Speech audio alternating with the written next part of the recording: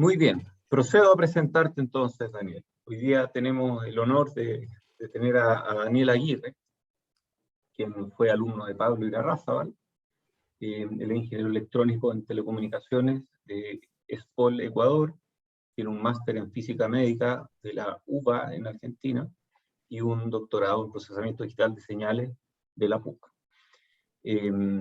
Y sus charlas se enfocarán en informar el trabajo desarrollado en su doctorado en la PUC, específicamente su trabajo sobre hígado graso. Así que, Daniel, muchas gracias por estar con nosotros y adelante, por favor.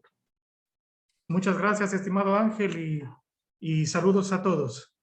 Bien, la charla en la que voy a trabajar o que voy a mostrarles ahora tiene que ver con lo que desarrollé en mi tiempo, con mi estancia doctoral, justamente en la universidad.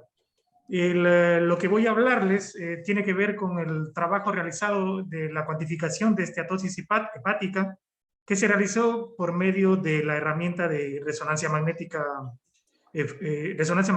¿sí? Bien, este trabajo lo hice bajo la supervisión del profesor Pablo Irarrázaval y también del profesor Marcelo Andía, ¿sí? Dentro en el Centro de Imágenes Biomédicas, ¿sí? de la misma institución. Bien, ¿cómo va la tabla de contenidos? Bueno, primero explicar un poco lo que es el hígado graso y hasta dónde se pretende llegar. La herramienta de perfusión, que fue la que se experimentó, se desarrolló justamente con una secuencia dentro del equipo de resonancia magnética. De la misma forma y de la mano, también se trabajó con espectroscopía para ver la posibilidad de hacer el análisis metabólico de las diferentes grasas o los ácidos grasos que componen la grasa, y con ello tener un poco más de conocimiento de cómo utilizar esa información en imágenes metabólicas. Ese fue el principio. Bueno, primero... Daniel, perdón que interrumpa, ¿sí? yo no sé si el resto o no, pero las transparencias no se ven completas. Oh, ¿por qué será? No sé si el resto... Dejo de compartir, voy a compartir de nuevo. Sí, faltaba la parte de abajo de la... ¿Ahí? Todavía no, espera un momento. Todavía no aparece. Ahora sí, ahora sí. Ahora sí, ¿Ya? ahora sí. Perfecto. Bien, entonces, bueno, como primera parte, una explicación de lo que es la enfermedad del hígado graso no alcohólico, ¿no? Entonces, el asunto va en que esta caracterización, ¿sí? De estas células, se tiene un hígado con células normales, un hígado que se encuentra graso, y el siguiente punto que sería la cirrosis, es decir, que el hígado ya pasó de tener de todas estas bolsitas que las células hepáticas llenan de grasa, empezaron a deteriorarse y justamente se entra a un estado ya de degradación muy fuerte del hígado.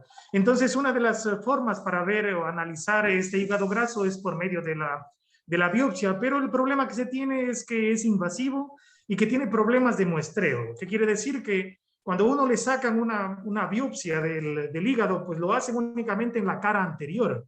Pero el hígado es más que eso. El hígado tiene 9 lóbulos y únicamente va a ser de un punto. Entonces, justamente eso tiene que ver con la escala visual, ¿de acuerdo? Que va a ser, dependiendo de la graduación que se le da, 0 es menor del 5% de grasa, la graduación de 1 de 5 a 33%, de la graduación 2 de 33 a 66%, y como 3 mayor a 66% de cantidad de grasa que existe en el hígado. Entonces, ¿cómo es el procedimiento? El proceso del hígado normal, ¿no es cierto?, se expone a diferentes sustancias, comida, alcohol, que lo van dañando, entonces se llega a un estado de esteatosis. Y luego de eso, si es que existe la abstinencia del caso, porque el hígado puede regenerar sus células, no completamente, por supuesto, sino tiene unos estados en que sí puede llegar a hacerlo y en otros casos ya no. Si existe esa abstinencia, pues puede regresar a su normalidad. Si es que existe una exposición severa, y no, como digo, la exposición no únicamente es comida y alcohol, sino también pastillas, por ejemplo, se puede llegar a una hepatitis, que también es un camino que se puede desarrollar luego de la esteatosis, a esta exposición severa. Como digo, si existe la abstinencia, podría regresarse al hígado normal, pero bueno, dependiendo, ya es una cuestión clínica esa. Y si luego la exposición continúa, se va a llegar al estado de cirrosis, ¿sí? Entonces, el objetivo es ver cómo se podría medir esto. Ahora, existen algunos medios para hacerlo por medio de imágenes, ¿sí? Que sería por medio de imágenes de resonancia magnética, donde se utiliza la medida de grasa por medio de densidad protónica por una técnica llamada IDEAL, ¿sí? Que lo que hace es separar agua, grasa y el tejido, ¿sí? El realce por medio de ferumoxitol y lo que se podría hacer con la hipertensión portal con la técnica ASL. Las desventajas que tiene cada una de ellas es que en el primer método tiene los componentes de grasa principales, no todos. En el caso de IDEAL únicamente es para un único corte, ¿sí? En el caso del realce, bueno, pues esto se hace con medios de contraste, ¿sí? Es decir, que son intravenosos. Y en el caso de ASL es por el tiempo de consumo, del arterial spin labeling. En el caso de la espectroscopía de resonancia magnética se tiene la diferenciación de los metabolitos y su desventaja, ¿no es cierto? Su problema mayor es la resolución espectral que es baja, ¿sí? Por el asunto del campo magnético que utilizamos. Sí, nosotros hicimos pruebas justamente también con el laboratorio clínico allá en la PUC, donde tenían el resonador magnético de 9.4 teslas, pero que lógicamente esto solo sirve para muestras de 2 centímetros cúbicos. Y ahí sí tenemos una resolución muy buena y separamos todos los espacios, pero eso no se alcanzaba a hacer en un resonador de 1.5 y uno de 3 teslas. Así que por eso esa era la parte compleja con la que íbamos a pelear. Y la otra desventaja de la espectroscopía es que hay un error por lo pequeño que se puede rescatar. Es decir, no se puede sacar los puntos de todo el hígado. Entonces lo que se buscaría o lo que queríamos hacer era tener una imagen de esto, una imagen de cada metabolito para de acuerdo a ello especificar y decirle al paciente o a la persona que se está tratando qué es lo que tiene y de dónde proviene. Los objetivos entonces del trabajo fueron desarrollar y validar una técnica de resonancia magnética para tener un diagnóstico temprano de lo que sería la hipertensión portal. Desarrollar una nueva metodología para caracterizar la grasa hepática en un voxel utilizando espectroscopía y una técnica para obtener imágenes cuantitativas que cuantifiquen y caractericen estos ácidos grasos de un simple fantoma, ¿no es cierto? Porque el fantoma nosotros lo creamos por medio de aceites, ¿sí? De aceites comestibles con información de agua. Ese fue el objetivo. Entonces, me paso a la segunda parte, que sería la perfusión. Ya he explicado el problema general, ahora veamos cómo se podría hacer. Bueno, el asunto de la perfusión buscaba realizar la posibilidad de medir la cantidad de grasa, es decir, medir un volumen de la cantidad de sangre que iba a ingresar en cada ciclo cardíaco, ¿sí? Por eso estas siglas, ¿no es cierto? En cada ciclo cardíaco, midiendo la información que venía por la vena portal, ¿sí? Entonces, lo que hicimos fue que con 10 pacientes con la esta enfermedad crónica del hígado, ¿sí? Con los síntomas del caso, se incluyeron en el estudio y se hicieron las medidas y se compararon, lógicamente, con los sanos. Y lo que se medía era el volumen del hígado, el volumen del vaso, ¿sí? Y con ello obteníamos un resultado. Y estos resultados iban en que la cantidad de sangre que medíamos, ¿sí? Intrahepática, en los voluntarios sanos fue de 13.5 a 26.5 centímetros cúbicos para 1 y 2 ciclos cardíacos respectivamente. Es decir, medimos la cantidad de sangre que estaba ingresando, ¿sí? Y en cambio en los otros pacientes, en los que tenían hipertensión portal, el valor para 1 y 2 ciclos cardíacos fue de 3.1 y de 9 centímetros cúbicos, ¿sí? Esa es la parte principal, digamos, de este trabajo. Y principalmente, ¿cómo iba esto? Aquí estamos representando con este triángulo que sea el hígado. El hígado tiene un ingreso de sangre venosa que viene por la vena porta, que viene recogiendo todo lo del cuerpo, y aparte de eso tiene una entrada arterial que lógicamente alimenta a las células para que éstas funcionen.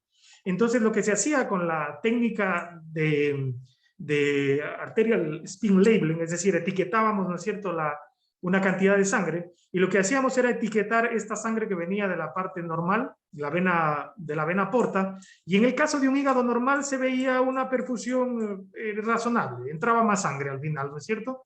Y en el otro caso, debido a que el hígado se volvía resistente a este flujo, entonces lógicamente la cantidad de sangre que ingresaba era menor. Entonces esa es la cantidad de sangre que nosotros medíamos y comparábamos. ¿Cómo se ve esto en la anatomía del paciente? Pues bueno, entonces aquí se tiene la arteria hepática que va a irrigar, ¿no es cierto?, al hígado, y se tiene la vena porta, ¿sí?, que es en cambio lo que regresa al hígado, ¿sí?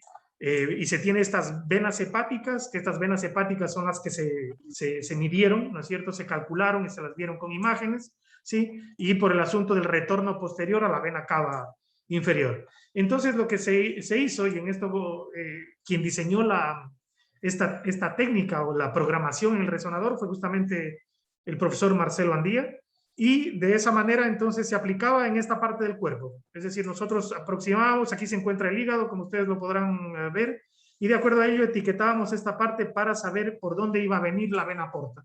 Y eso era lo que se etiquetaba y posteriormente se medía. ¿Cómo funcionaba la secuencia? La secuencia consideraba 2 ciclos cardíacos, RR, me refiero al R de la onda, PQRST, ¿no es cierto?, del latido cardíaco, y de acuerdo a eso se tenía un flujo de lo que sería la vena porta y de la arteria hepática, y dependiendo de ello se consideraban ciertos tiempos, que bueno, y eso ya va a ser parte del trabajo de doctorado, que tienen que revisarlo, en el caso mío, que así fue, de saber cuáles eran los valores que se tenía que utilizar para ello, y con eso obtener una mejor respuesta del etiquetado que se daba a la sangre. Bueno, que se lo daba en esta zona, ¿no?, como lo indiqué anteriormente. Y esto iba de la siguiente forma. Entonces, esta es la parte etiquetada, lo que se tiene en la parte A, y en la segunda imagen, estos cuadros de aquí, se muestra un ciclo cardíaco en esta columna, en la primera columna, y 2 ciclos cardíacos en la segunda columna. La parte superior tiene que ver con una persona saludable, y en la siguiente parte, en la columna, en la segunda fila, un paciente con hipertensión portal. Entonces, aquí se puede ver claramente, y sobre todo en los 2 ciclos cardíacos, cómo se figura de bonito la entrada de sangre en el hígado, o la perfusión que tiene en el hígado. Y con eso entonces uno podía hacer la cuantificación voxel por voxel, para saber cuál era la cantidad de centímetros cúbicos que iban a tener en este espacio. Y también se puede ver que la cantidad en cambio de sangre que tiene un paciente con hipertensión portal era bastante baja. Entonces, el trabajo a desarrollarse en esta parte justamente tenía que ver con separar lo que era el hígado.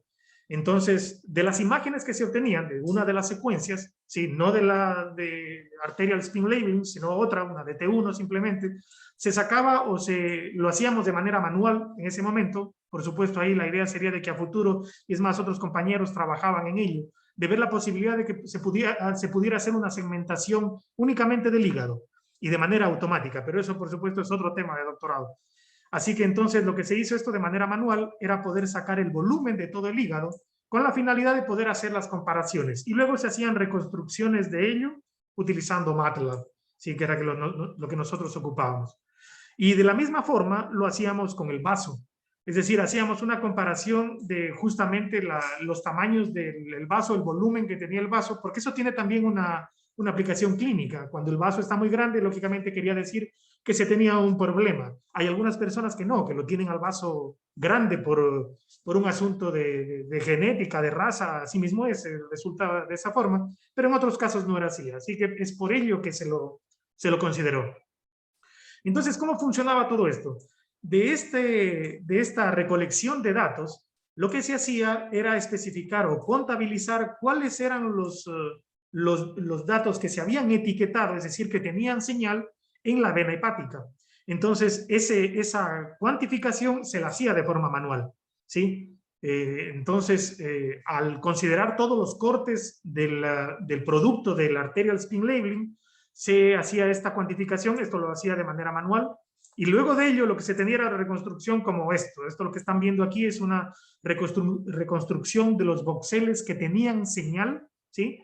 Es decir, al momento en que uno hacía este corte, esta curva que ustedes ven, hacía una cuantificación de un umbral, ¿sí?, un umbral establecido, que aquí se indicaba cuál era ese umbral, para establecer qué es y qué no es señal. Y esa cantidad especificaba qué es y qué no es sangre. Entonces, de esa manera se podía cuantificar y se podía especificar cuál es la cantidad o el volumen de sangre que ingresaba en el hígado. Haciendo, bueno, la respectiva reconstrucción, entonces se podía especificar cuál es el tamaño de sangre que existía en el paciente sano y en el paciente con la enfermedad, con hipertensión portal. Entonces, un resultado que se tenía, y aquí ustedes tienen en 2 colores, que es justamente la que utilizo como color, como referencia aquí, lo que es azul y lo que es verde. La diferencia del azul y el verde es el ciclo cardíaco que se está utilizando. En azul está un ciclo cardíaco de entrada de sangre y en verde está 2 ciclos cardíacos de entrada de sangre. Sí, entonces, bueno, se puede, visualmente se ubica eso, y las letras que ustedes están viendo pues simplemente especifican dónde se encuentra la ubicación a nivel espacial: izquierda, derecha, arriba, abajo, anterior, posterior. Este, en cambio, es una referencia de cuál es la cantidad de sangre que se puede ver en un paciente con hipertensión portal. Ustedes ven que es mucho menos lo que ingresa. Claramente la cantidad la comparación que se puede hacer entre ambas es que la cantidad de sangre que ingresa en una persona con hipertensión portal, debido a la cantidad de resistencia que le da ese hígado enfermo, es lógicamente la cantidad de sangre que va a tenerse. Entonces, con estos resultados se pudo hacer una especificación. Primero comparamos el volumen del hígado y vimos que esto no era significativo, que la diferencia entre los dos no había para pacientes sanos y pacientes enfermos con relación al volumen del hígado. No nos daba resultados. Luego vimos la diferencia con el volumen del vaso. Si había diferencias, entonces a ese valor sí lo podíamos considerar para que sea una causa clínica o de diagnóstico, ¿sí? Y luego también lo que hicimos fue jugar un poco con estos datos, hacer relaciones entre ellos, en este caso la relación que existe entre el hígado y el vaso, para ver si existe diferencia significativa, que la encontramos, ¿sí? Y también, en cambio, en la cantidad de sangre que ingresaba a la vena porta, ¿no es cierto?, con relación a un ciclo cardíaco y con relación a 2 ciclos cardíacos, es decir, medir esa cantidad o ese volumen de sangre para establecer diferencias entre ellos, que también lo encontramos, ¿sí? Y finalmente se hizo un cuadro para dar los valores de especificidad y de sensitividad, y bueno, y ustedes pueden observar dónde se encuentran los pacientes, los voluntarios sanos, mejor dicho, y los pacientes con hipertensión portal, por lo que se podría establecer como una herramienta, pero bueno, siempre y cuando se tuviera una forma más automatizada para poder separar estos volúmenes, y que esto no tenga que ser de manera manual, ya que es operador dependiente. Y ahí tendría esa diferencia. Al ser operador dependiente, entonces quiere decir que podrían haber cambios por lo que yo esté viendo al momento de hacer ese control o ese análisis del volumen. Tendría que tener una referencia y ser bastante ordenado, y probablemente alguien más que controle el trabajo de cada uno. Dentro de la discusión de ello, se establecía que el gold estándar que existía, la cateterización invasiva de la vena porta, que tiene limitaciones en el uso de la rutina, y esto se basa en el concepto de que el sistema de la vena porta es de baja presión. Entonces, por ello justamente la resistencia del hígado al flujo, ¿no? Y la técnica TIR-ASL era el TIR, quiere decir Triple Inversion Recovery, ¿sí?, que podría darnos mejores resultados en el diagnóstico de la hipertensión portal para lo que sería la progresión de esta enfermedad. La ventaja es que no requiere un contraste, un agente intravenoso, ¿no es cierto? Y se necesita la adquisición de una imagen, sin el paso de sustracción que se necesitaba en el método clásico. La cantidad de volumen que ingresaba en 2 ciclos cardíacos es mayor que en el de un solo ciclo en comparación de los paciente y el voluntario, ¿sí? Y la idea era utilizarlo, en el mejor de los casos, con un solo ciclo cardíaco. Pero la principal limitación era de que las personas que estaban trabajando o ayudándonos con ellos, que no tenían un comparativo, no teníamos la parte invasiva que hubiera servido mucho para este trabajo, y justamente la validación iba por esa parte, de tener la respuesta de ese paciente de forma invasiva, bueno, y también del sano, ¿no? Pero es un poco difícil encontrar a un voluntario que se deje hacer esta prueba invasiva por la ciencia. Bueno, ahí tendríamos que ver con otros estudiantes. Y la conclusión era de que justamente se podía utilizar esta técnica utilizando esta cuantificación morfológica para saber cómo iba la resistencia vascular del hígado.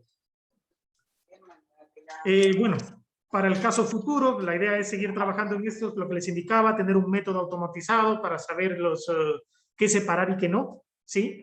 Buscar otra técnica para ello con el objetivo de tener estos resultados y poder acelerar la obtención de esto. Por el otro lado, entonces, esto tenía que ver con la parte de la perfusión, es decir, medir la cantidad de sangre que iba a ingresar en el hígado. Y lo otro en lo que se enfocaba este trabajo era en saber o poder determinar cuál era la división de los diferentes ácidos grasos que tenemos en el cuerpo. O sea, el futuro era trabajar o sacar una imagen de todos los ácidos grasos que se tiene de un hígado. Para ello nos metimos en el asunto de la espectroscopía con el objetivo de poder medir. En este caso, nosotros trabajamos con 3 muestras de hígado que se construyeron de hígados sanos, con esteatosis y esteatohepatitis, ¿sí? Utilizando como gold estándar la cromatografía de gas. En la cromatografía de gas nosotros podríamos obtener una imagen como lo que ven más o menos aquí, en realidad mucho más fina, con una mejor resolución, muchos pics de datos en diferentes ubicaciones o partes por millón, que es donde se ubicaba esta información. Y luego nosotros lo que hacíamos era compararlo con un espectrómetro de 9.4 teslas, ¿sí? Como les informaba, este equipo únicamente puede medir volúmenes de 2 centímetros cúbicos muy pequeñitos, y con eso se creó un sistema, ¿no es cierto? Un algoritmo de optimización, donde nosotros buscábamos al final la variable X de toda esta matriz, creamos una matriz de todas los ácidos que existen con las partes por millón, la ubicación de las zonas, para poder diferenciar y saber cuáles eran esos espacios de trabajo. Al final lo que obtuvimos fue que esta composición de ácidos grasos sacábamos un 0.5% para un hígado sano, para esteatosis y esteatohepatitis 2.9%, y podría este método predecir una categoría con una precisión del 86%, que no era muy buena, pero bueno, para el futuro se podría afinar un poco. Entonces, aquí un poco para explicar esto del espectro de la grasa en 9.4 teslas. Nosotros tenemos, o existe mucha grasa que consumimos y que están dados en diferentes ubicaciones, ¿de acuerdo? Entonces, los ácidos linoleicos, oleicos, palmíticos que se tiene o que se consumen normalmente, cada uno de ellos tiene una distribución como la que se muestra aquí. Y cada una de estas partes estaba justamente designada para ellos. Y la idea justamente era establecer cuánto es lo que tiene cada uno de estos ácidos, ¿sí? Para que de acuerdo a ello uno pueda decir qué tan sano es tener ciertos valores de grasa o cierta información de cada tipo de grasa, porque ustedes me imagino deben haber escuchado de las grasas buenas y las grasas malas, que es mejor comer el aguacate, pero no un cerdo frito, por supuesto, entonces porque tiene otro tipo de grasas. Pues bueno, toda esa distribución, el objetivo era de establecerla por este método, con la idea de poder separarlas. Entonces, para nosotros era clave saber la ubicación de cada una de las grasas, que como lo indico se encuentra aquí, y la línea roja que ustedes ven es el espectro que se saca de un equipo de 9.4 teslas, ¿sí? Cosa que no es lo mismo de sacarla de un equipo de 1.5 de 3 teslas, que ahí sí ya se empieza, habría que convolucionar esta señal y nos sale como una sábana o una montañita, digámoslo así, ¿no es cierto? El asunto estaba en establecer cuál era la cantidad de hidrógenos que teníamos en cada una de estas posiciones. En cada una de las posiciones de la grasa nosotros tenemos una cantidad de hidrógenos, y por medio de esta cantidad de hidrógenos nosotros pudimos construir una matriz. Y el objetivo era de que construyendo esa matriz nosotros podríamos hacer ingeniería inversa para saber cuál era la cantidad de hidrógenos que se presentaban en un cierto aceite que nosotros no lo conocíamos. Ese era el objetivo. Entonces, lo que llegamos a hacer es establecer entonces cuáles eran los metabolitos y con ello establecer cuáles eran los ácidos grasos. En la primera fila ustedes tienen las partes por millón o las ubicaciones de estos ácidos grasos, y en la segunda, en cambio, la frecuencia a la que se encuentran estos ácidos.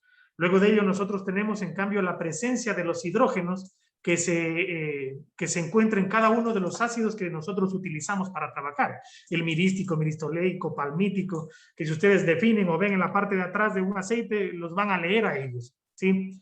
El asunto aquí, la parte compleja estaba de que justamente tenemos algunos en que tienen valores de repetidos, justamente en estos metabolitos, ¿sí? Y eso no nos ayudaba mucho con el arreglo, la reconstrucción o la ingeniería inversa de la solución del problema, ¿sí? Al final se reduce esta matriz protónica a lo que se ve aquí, ¿sí? Y con esta matriz protónica reducida es lo que nosotros utilizábamos para poder encontrar el valor de la cantidad de la presencia o del X que no conocíamos en cada uno de ellos. Y lo que justamente se hizo para eso fue hacer en la adquisición, considerar la matriz protónica, que es la matriz A, ¿no es cierto? El valor de Z, que sería el vector, ¿no es cierto?, que contiene la información de cada uno de los 7 metabolitos, y el valor de X, que es lo que nosotros buscábamos resolver, ¿sí? Pero el problema era que la matriz A era singular, ¿sí? No estaba definida y por lo tanto teníamos infinitas soluciones. Y ahí es que justamente lo que se hizo era tratar de minimizar el problema, estableciendo una norma L2 y poniéndole límites. Esa fue la solución que tratamos de hacer en ese momento, ¿sí? Entonces, de las soluciones que encontramos para cada uno de ellos en los casos de lo que sería un paciente normal, un paciente con esteatosis y un paciente con esteatohepatitis, lo que hicimos fue desarrollar o ponerle esos márgenes para saber dónde nos íbamos a encontrar. Nos íbamos a encontrar en una referencia que estaba muy apretada, es decir, que las restricciones que nosotros dábamos estaban muy justas, o poníamos una restricción un poco más suelta, ¿sí?, con una desviación estándar ahí, o una mucho mayor con 2 desviaciones. Y de acuerdo a ello, de acuerdo a la cantidad que encontramos de la cantidad de cada una de estas grasas, que esto lo sacamos como resultado de laboratorio. Para eso trabajamos con unos hígados de unos ratoncitos, por si acaso. Aquí el asunto es que el que ustedes que ven healthy, saludable, con esteatosis y esteatohepatitis, no eran hígados humanos, eran hígados de ratones, que justamente sacamos y los preparamos, y aquí se trabajó mucho con el laboratorio químico para poder hacer la separación de esto. Fue bastante interesante trabajar en 2 áreas, una que trabajamos con equipos de imágenes y otra trabajando en un laboratorio para poder separar estas muestras de grasa y luego cuantificarlas, ¿sí? Y de ahí justamente es que pudimos sacar estos valores, para luego con ello también meter esos valores tanto en un cromatógrafo de gas como en un equipo de resonancia magnética, es decir, el que les indicaba, el de 9.4 teslas, para poder hacer las comparaciones y los resultados. Bueno, al final entonces, los límites que encontramos, a esto se refiere LB y V, el low bound, de upper bound, ¿sí?, de cada uno de los datos para cada uno de los ácidos grasos, ¿sí?, tenía sus medidas que nosotros lo establecemos como límites. No teníamos en ese momento más herramientas que establecerlas como lo estamos indicando de esta forma, para luego de ello poderlo clasificar, ¿sí? Ese era el objetivo. Y bueno, luego entonces el objetivo era hacer lo propio, pero con el resultado, en cambio, con la señal de espectroscopía. Lo anterior era la cromatografía de gas. Esa era la parte química, la que nos sirve como referencia, y luego nosotros debíamos hacerlo, en cambio, con las medidas que obteníamos del resonador magnético. Y bueno, se tenían valores absolutos de estos resultados, los valores reales, imaginarios, todo esto también se lo hizo en MATLAB, y se trabajó desde cero, porque existen herramientas que sí trabajan esto, pero en realidad son cajitas negras, no sabíamos lo que iba adentro, y ese era un problema para nosotros, porque ver los resultados que alguien mágicamente sacaba, no sabíamos cómo lo interpretaban, lo hacían. La idea era compararlos a futuro, es decir, el trabajo futuro de esto era hacer esas comparaciones con estos algoritmos, pero la idea era trabajar desde cero para que no se meta información que podía ser creada, ¿sí? Entonces, de ahí nació de que teníamos que hacer el análisis de todo desde cero, desde la señal, y procesarlo nosotros mismos. Y con ello llegamos a esta construcción, ¿sí?, de los exámenes que sacamos, ¿no es cierto?, para lo que sería control con esteatosis y esteatohepatitis, que salieron de las muestras de los ratoncitos para que luego nosotros, del espectro de la resonancia magnética, obtuvimos estos. Ahí se encuentran los colores. Tienen una ligera diferencia los controles de esteatosis y esteatohepatitis, como pueden ver ahí ustedes en esos 3 colores. Pero bueno, se tenía esas ligeras diferencias y el objetivo era tratar con esas ligeras diferencias y ahora sí aplicar el algoritmo. Entonces, de esta estimación de la composición del fantoma que nosotros teníamos y de la estimación del modelo para cada uno de ellos, esto por si acaso es una ubicación de donde se encuentra cada uno de los ácidos grasos, ¿sí? Bueno, para cada uno de los casos, es decir, para un caso control yo tenía todos los ácidos, el mirístico, el linoleico, el oleico, como ustedes pueden verlos acá. Por eso tienen esta representación con este rombo negro. Lo mismo para esteatosis, es decir, voy a tener yo 3 palmíticos aquí, por ejemplo, en esta ubicación, en esta ubicación y en esta ubicación, con el objetivo de que nosotros podamos hacer una estimación de dónde se encontraba cada una de estas, cada uno de estos ácidos grasos, dependiendo de cuál era la condición del hígado, si estaba sano, si estaba con esteatosis o si se encontraba con esteatohepatitis. Sí, bueno, aquí en esta parte esto es una ampliación de lo que se encuentra acá, por si acaso, porque era demasiado apretado aquí ver todo. Sí, entonces esa es la razón de que ustedes tengan este espacio acá. Pero bueno, de alguna manera se acercaba un poco a la diagonal, no tanto como hubiéramos querido, pero ese era el resultado que obtuvimos. Finalmente, lo que intentamos hacer era una separación de la sensitividad, de la especificidad que teníamos de estos resultados para ciertos valores porcentuales. Entonces, aquí ustedes pueden ver en la parte A lo que sería un hígado sano y con enfermedad, con las diferentes condiciones que nosotros pusimos. ¿Sí? Entonces, justamente, dependiendo de cuál era el valor porcentual que nosotros estábamos ocupando para la cantidad de información, variaba mucho, ¿no? Entonces, ese era uno de los problemas que teníamos y dependía de ello en cada uno de los casos que medíamos. Lo mismo hicimos con la inflamación del hígado, es decir, los resultados se obtenía para hígado inflamado, ¿sí? Y bueno, los resultados no eran tan bonitos como nosotros esperábamos, porque justamente la diferencia que se tenía no era muy fácil de verla. No teníamos esa sensitividad súper alta o esa especificidad también de esa manera. Y eso pues nos dejaba todavía que hay que seguir trabajando en esta técnica. Y los resultados que se obtuvo de ello era de que la optimización del algoritmo necesita estas restricciones, ¿no es cierto? Y esto tiene que ver justamente con la presencia y las muestras de los ácidos grasos para conocer la concentración máxima y mínima. Y estas restricciones eran muy importantes porque si no todo se nos iban los resultados y justamente tenía que ver con los datos que nos falta de esta matriz protónica que es singular.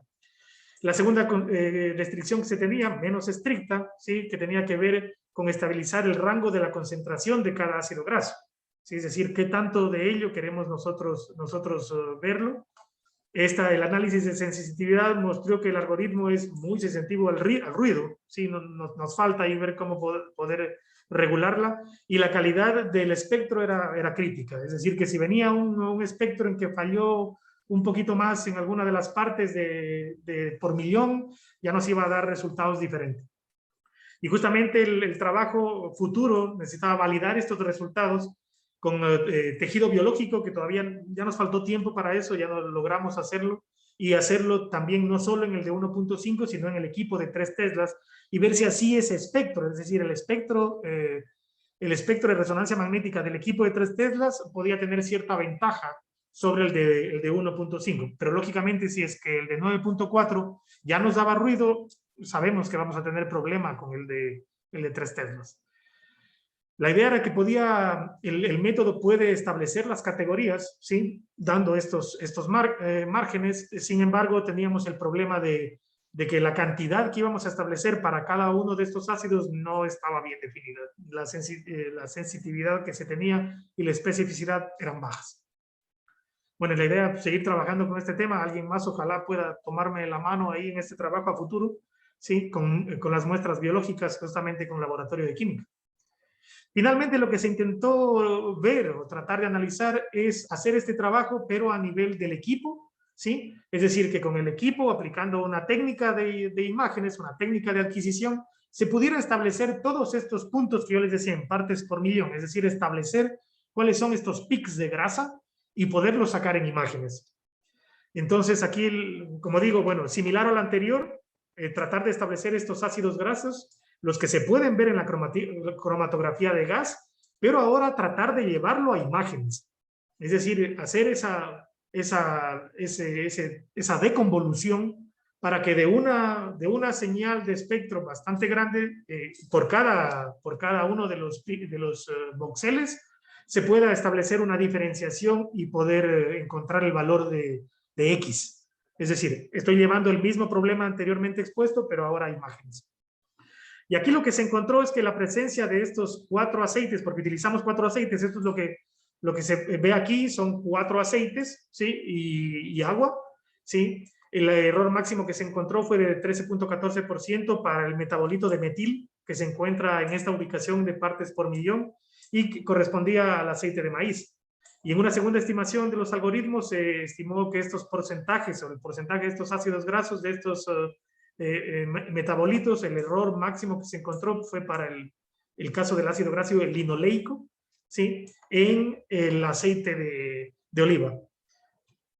Bueno, el mismo principio se utilizó, entonces se elaboró una matriz, se sacaron los ácidos grasos que contribuyen a cada uno de estos aceites, se establecen las cadenas de carbono y el número de dobles enlaces que se tenía, y de acuerdo a ello se establecía cuál era la cantidad que tenían de cada uno de los ácidos.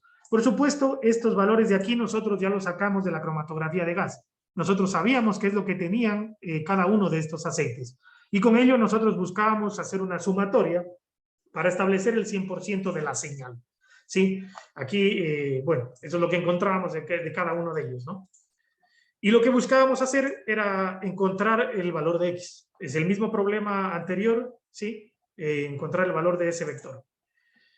Bueno, y en el desarrollo del fantoma, entonces se tenía el fantoma, que aquí tenía que ver con cada uno de ellos, a ver, no me acuerdo exactamente cuáles eran, yo tenía el de oliva, ¿no es cierto?, maíz, no, este es girasol, perdón, girasol, maíz, oliva y el de soya. Con esos fueron los que trabajamos, ¿sí? Y el objetivo fue entonces establecer cuál era esa presencia porcentual de cada uno de ellos utilizando el área bajo la curva. Eso es lo que intentábamos hacer porque, lógicamente, en un equipo de 1.5 teslas, la señal que se tiene va convolucionada y mucho más ancha. Entonces, el área que se tiene va a ser mayor. Entonces, lo que se decidió fue hacer esa contabilización del área bajo la curva de cada uno de esos puntos, ¿no es cierto?, de estas partes por millón, para establecer cuáles eran los valores que iba a tener en cada uno de los metabolitos. Esa iba a ser nuestra herramienta. Y por medio de ello, nosotros podríamos construir la matriz protónica. ¿Sí?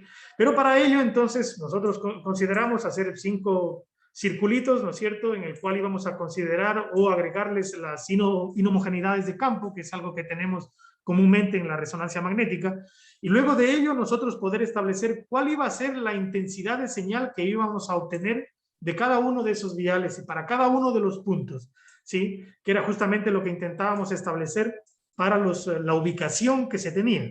Entonces, en la ubicación que teníamos de la imagen, nosotros teníamos que resolver esta ecuación, ¿sí?, de acuerdo a los valores que nosotros teníamos, el campo magnético que estábamos asignando y el tiempo de adquisición que teníamos, era justamente los valores que asignamos. Y nosotros tomamos estos valores, ¿de acuerdo? Entonces, cada uno de estos valores, para el tiempo que teníamos para cada uno de los puntos y el desfase que teníamos que considerar en cada uno de ellos, aquí están los metabolitos, por ejemplo, para poder hacer esa separación, ¿no es cierto?, haciendo el análisis de la frecuencia y considerando cuál debe ser el valor que iba a tener cada uno de los tiempos de relajación T2 en cada uno de estos valores.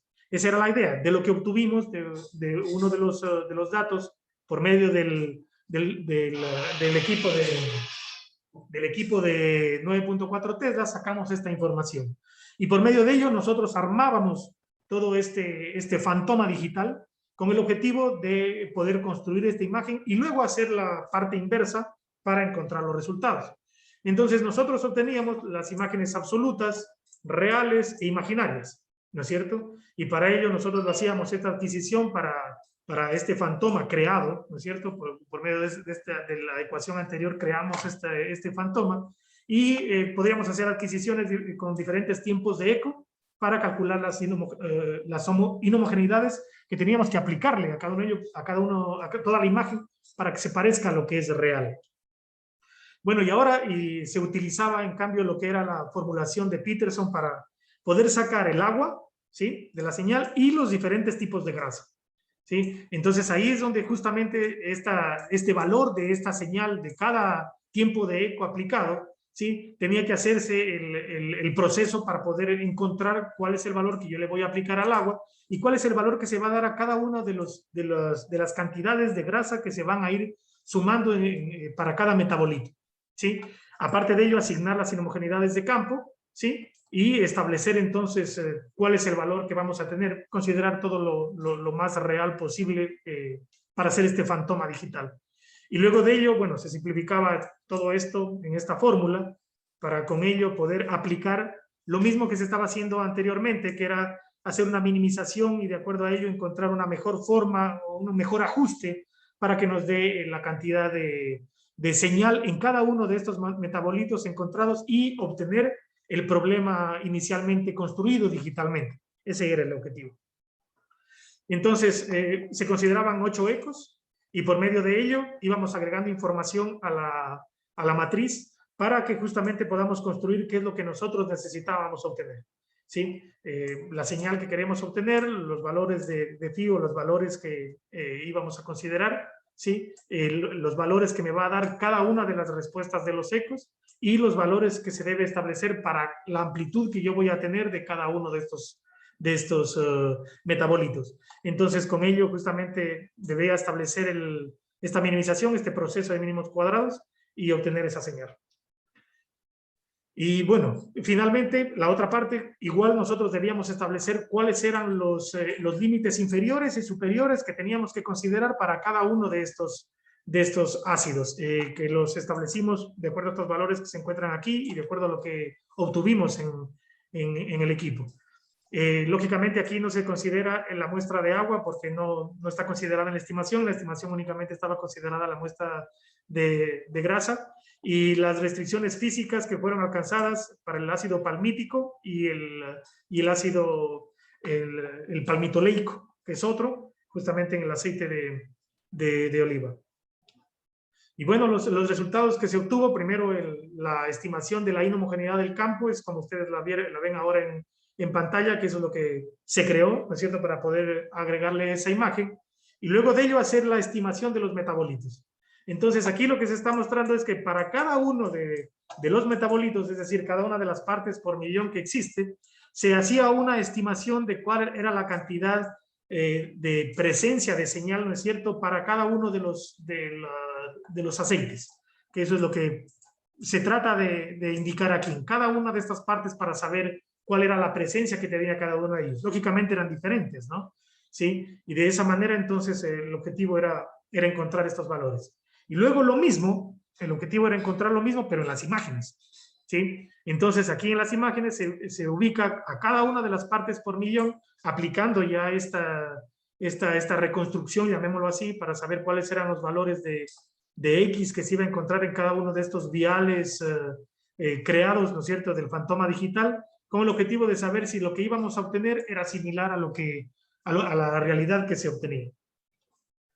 Al final, la estimación de los ácidos grasos es como se muestra aquí. Los valores que se tenían, bueno, estaban un poco alejados de la diagonal, lo que no eran muy buenas noticias para nosotros, ¿sí? Y es que justamente el algoritmo tenemos que seguirlo trabajando, hay que seguirle viendo qué más podría hacer, qué tipo de otras condiciones utilizar, o si podemos verlo en otro equipo con mayor teslaje para ver si con ello, bueno, también la cantidad de ruido que íbamos a tener era mayor, y ver de esa manera si podíamos regresar a estos ácidos grasos.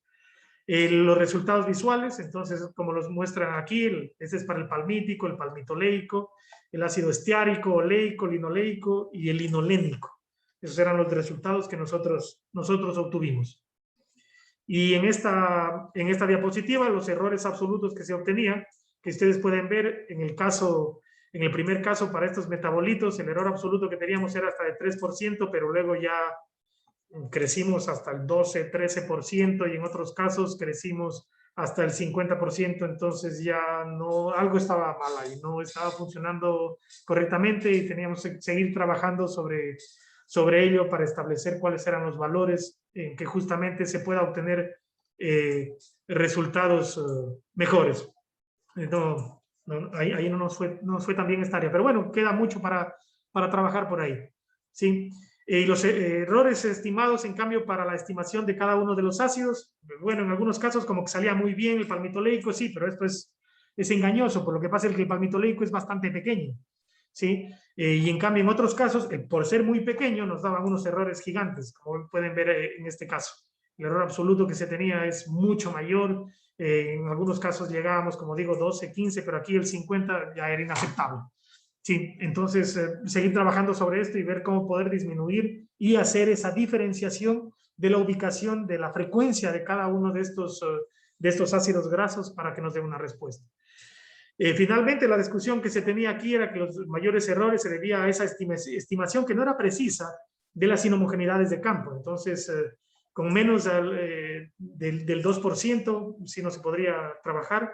La estimación de los metabolitos tenían errores mayores que el 2% y nuestros ácidos grasos tenían errores mayores que el 12%. La estimación de los ácidos grasos se define con la información conocida de parte de la cromatografía de gas, ¿sí? Y con un campo homogéneo, el algoritmo propuesto podía encontrar los ácidos grasos con una estimación, pero con un error igual del 13%, que desde mi punto de vista igual es bastante alto todavía, pero bueno, para empezar como que nos podía servir.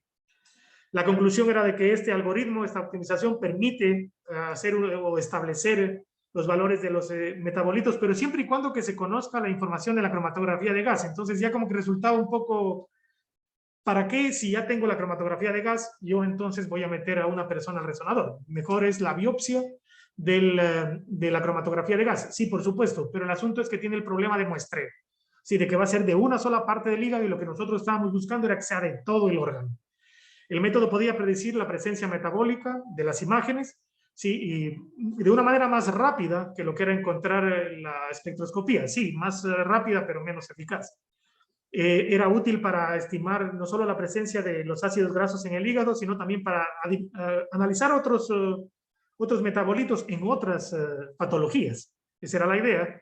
Y con este método la idea era presentarlo para que permita hacer esos estudios de evolución en el tiempo y caracterizar cómo iba la distribución de grasa en el hígado. Esa era la idea principal. Se demostró que se puede llegar a hacer, ¿no es cierto?, utilizando diferentes fantomas, bueno, que hay que trabajarlos mejor, por supuesto, para hacer esta simulación digital y luego poder hacer la ingeniería inversa con estos ácidos, con estos aceites comestibles, ¿no es cierto?, y la grasa.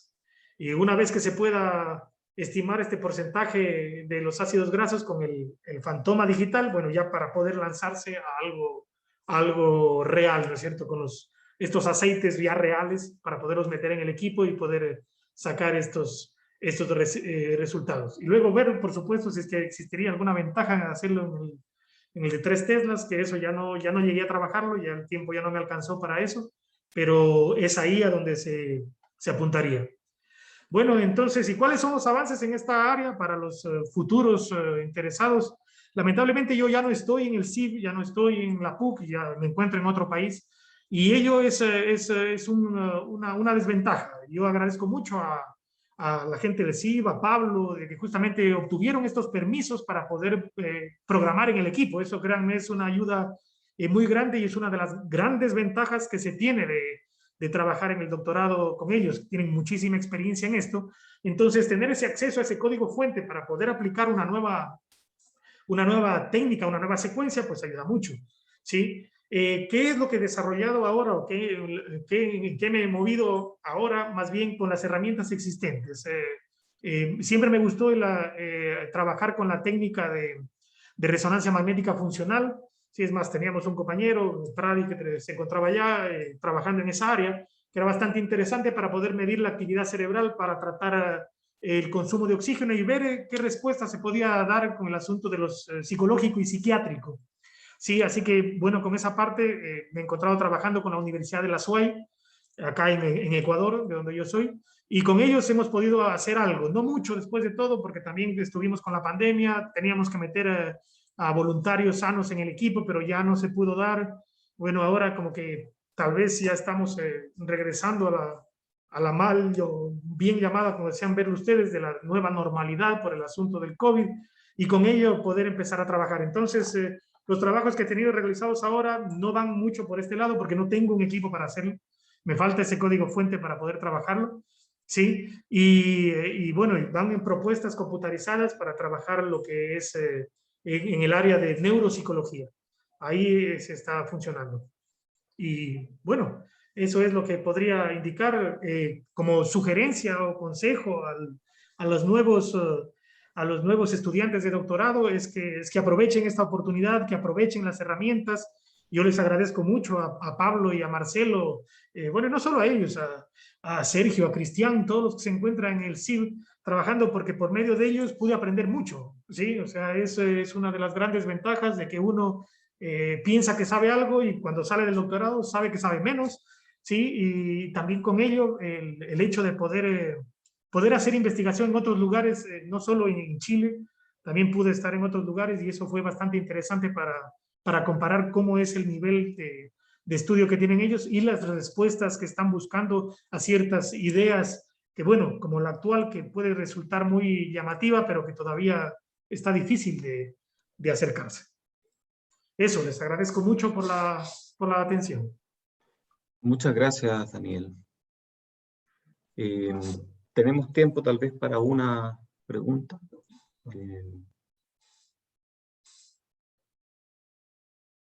Sí, Marcelo y Pablo. Ellos dos levantaron la mano casi simultáneamente. Yo tengo algo muy simple. Yo me di cuenta de que tú necesitabas bastante campo magnético para poder diferenciar mejor las cosas, digamos, de los distintos ácidos grasos, digamos. ¿Qué pasa con estos nuevos resonadores de 7 Tesla? ¿Sería conveniente trabajar con ellos o sería bueno para ustedes en este caso particular? Yo creo que serviría mucho, pero igual deberíamos resolver el problema con el de 9.4, que sí se lo tiene. El asunto estaría resolver primero las muestras pequeñas que teníamos y luego de haber resuelto el problema de 9.4 lanzarnos al de 7. Serviría, por supuesto, pero tendríamos que ir con el primer paso. Resolver primero todas estas diferenciaciones y encontrarlas, hacer la reconstrucción de las curvas, ¿no es cierto?, de la muestra que tenemos, pero primero con el 9.4. Porque el de 7 le serviría porque podrían ver el hígado completo, digamos, en ese caso. Claro, sí, nos serviría justamente, pero el asunto está de que todavía el algoritmo, la reconstrucción, el problema de salir de ese problema, de esa matriz protónica singular y encontrar el resultado, no nos daba muy buenos resultados. Nosotros podemos poner los límites, claro, podemos ponerlo y, no sé, y trabajar en uno de 11.3, creo que es que existe otro, no estoy muy seguro de ese valor, pero claro, no es para humanos, lógicamente, sino son para muestras diminutas y tal vez con ello poder encontrar, pero tenemos el mismo problema en todos los equipos. El problema de la cantidad de hidrógeno en para cada uno de los ácidos es el mismo. Entonces, más bien el problema tiene que ver con algo matemático o el asunto de establecer mayores restricciones al problema de los hidrógenos. Ok. Muchas gracias. Seguimos con Pablo y de ahí concluimos con las preguntas. Ya. Muchas gracias, Daniel, por tu presentación muy completa. Te quiero hacer una pregunta que va más en beneficio quizás a los alumnos que están aquí, porque tú trabajaste en varias líneas de investigación, algunas de las cuales fueron exitosas, terminaron en paper, pero otras líneas, justamente esta de invertir la matriz, no resultó. Y no es una idea, no es que haya sido un fracaso, porque todavía se puede salvar, todavía hay muchas cosas por hacer, pero tú no alcanzaste a hacerlo. ¿Qué se siente? O sea, porque uno siempre tiene la sensación, o como alumno uno cree que todo lo que comienza tiene que terminarlo bien. ¿Qué pasa cuando uno llega y llega a un callejón sin salida? Desde el punto de vista más como psicológico, ¿qué le podrías decir tú al resto de los alumnos? Claro, bueno, yo les hablo desde mi punto de vista y que alguna vez sí lo comentamos. Aquí está Cristóbal, un gusto saludarte, mi hermano.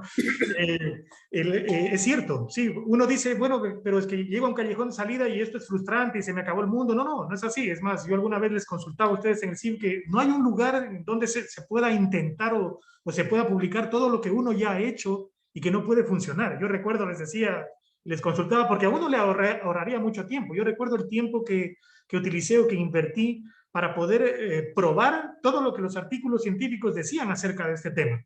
Y yo recuerdo las horas programando en MATLAB para llegar a esos puntos de comparación. Es más, en algunos de ellos yo no les creí, para ser honesto, pero en otros casos sí, ayudaba mucho, pero no es una salida. Es como decía Edison, que no podía sacar la bombilla y que en un momento dice, no, si yo descubrí 100 formas que no servían nada más. Pero me sirvió toda esa experiencia. Y esa experiencia es lo que lo hace a uno investigador. porque si todo fuera tan simple de encontrar y meto gol en cada partido que tengo, no, pues, o sea, entonces, ¿qué experiencia tengo? Si es que me falla un trabajo, entonces justamente el objetivo del doctor es que pueda en el futuro encontrar esas herramientas o encontrar la ruta por dónde irse. Si está mal, está bien. Si este fue el callejón de salida, como tú lo dices, bueno, pues tengo que irme por otro lado y buscar por otro lado. Y probablemente me quedo rasgando las paredes de ese callejón por un tiempo para ver si hay alguna salida. Pero si no, tengo que meter retro y tengo que preguntarle a alguien más qué más se les ocurre. Y eso era la ayuda que ustedes nos daban cada semana. Eso a mí me parece fantástico, de que uno pueda reunirse cada viernes en el CIB y que cada uno da los aportes. Y hay veces en que uno está en otra área, pero que puede dar el aporte, la ayuda y indicar, ¿y qué tal si intentas esto? ¿Por qué mejor no te vas por esta línea? Sí, y uno no ser tan orgulloso, podría decir, de que no, esta es mi ruta y tengo que ir por ahí. No, no, para nada. Más bien escuchar a la gente, ver de dónde provienen estas ideas y por medio de ello seguir continuando, pero no, más bien es la experiencia, lo que uno le da, porque si no, no tendría las herramientas justas para en el futuro poderse desarrollar como un investigador que vaya a alcanzar una talla muy alta. Muy bien, muchas gracias. Espero que con esa respuesta inspiradora llegue a muchos estudiantes que nos van a ver después Ojalá. por YouTube. Así que muchas gracias, Daniel. Gracias, Mari, por organizar y nos vemos en la próxima charla. Voy a dejar Muchas gracias a todos ustedes. Gracias, Daniela, un gusto. Un abrazo, que estén ustedes bien. También. Chao, que les vaya muy bien a todos. Profesor, hasta luego. Hasta luego. Chao. Chao.